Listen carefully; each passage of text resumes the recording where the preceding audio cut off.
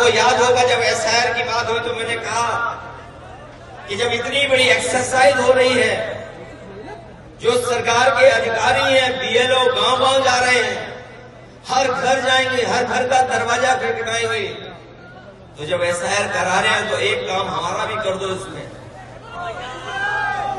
मैंने कहा कि जब हर घर जाएंगे बीएलओ, सरकारी अधिकारी लगातार मॉनिटर कर रहे हैं, लगातार जानकारी हासिल कर रहे हैं, तो मैंने कहा कि जब इतनी बड़ी एसआईआर पे एक्सरसाइज होने जा रही है तो एक एक्सरसाइज और कर दो कि जहां बोर्ड बनवाने का काम चल रहा है, लोगों का बोर्ड बने, वहीं हमारी जाति भी गिन लो उसके संग संग।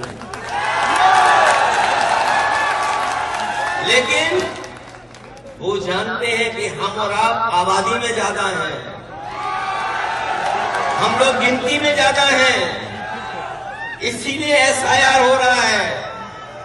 क्योंकि वो जानते हैं अगर एसआईआर के साथ ये भी आंकड़े जोड़ दिए तो ये लोग 90% वोट डाल देंगे, हमारा मशीन भी कुछ नहीं कर पाएगी। इसलिए मैं आप पीडीए के लोगों से और तमाम वो पीड़ित, दुखी, अपमानित लोगों से निवेदन करने आया हूं कि आपको अपना 90% वोट डालना पड़ेगा। कितना परसेंट? बिहार में हम लोग हारे नहीं हैं, बिहार में हम लोग को हराया गया है। और क्या कहा कि महिलाओं को 10-10 हजार रुपया दे दिया है। अभी जब मैं आपके पास आया हूं तो नवादा में हमारी माताएं बहनें हजारों की संख्या में आ गई है 10,000 रुपए मांगने। वहां नवादा जिले में इकट्ठी आ गई है सब महिलाएं, वो मांग रही है कि 10,000 और 2 लाख की जो बात की थी, अब तो सरकार बन गई, दे दो हमें। इसलिए सावधान रहोगे कि नहीं रहोगे? और हमारा हिसाब किताब पक्का है। हम समाजवादियों ने, अगर आपको याद होगा, 500 रुपया महीना दे रहे थे माताओं बहनों को, और 500 रुपए देना शुरू कर दिया था हम लोगों ने। और पिछली बार 17 में कहा था कि हम बढ़ा देंगे, 19 में भी कहा बढ़ाएंगे, 22 में भी कहा बढ़ाएंगे, 24 में भी कहा बढ़ाएंगे। और अगर हम 500 रुपया बढ़ा दें तो कितना हो गया बताओ आप? 500, 1000, फिर 1500, फिर 2000, 2500। और जब 27 में चुनाव होगा तो 500 और उसका और बढ़ा दो तो कितना हो गया? 3000 गुना 12 कितना हो गया? और क्योंकि बीजेपी ने दिया नहीं है, 4000 कम से कम इंटरेस्ट होगा।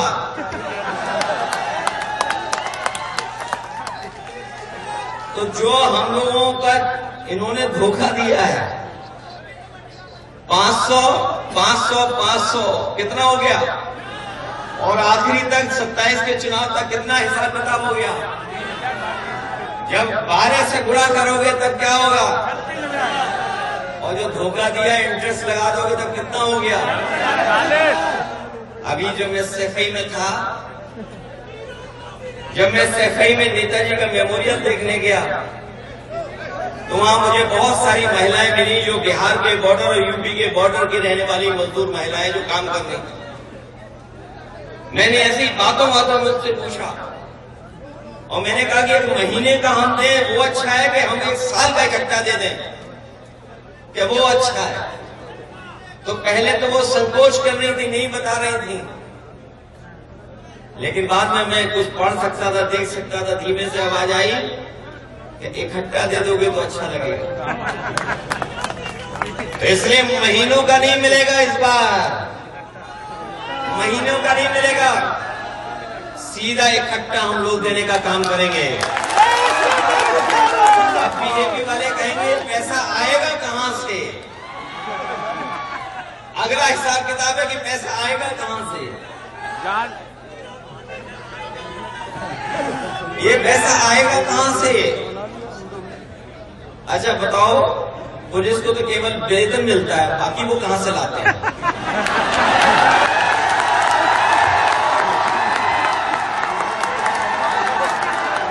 कहां से आता है बाकी?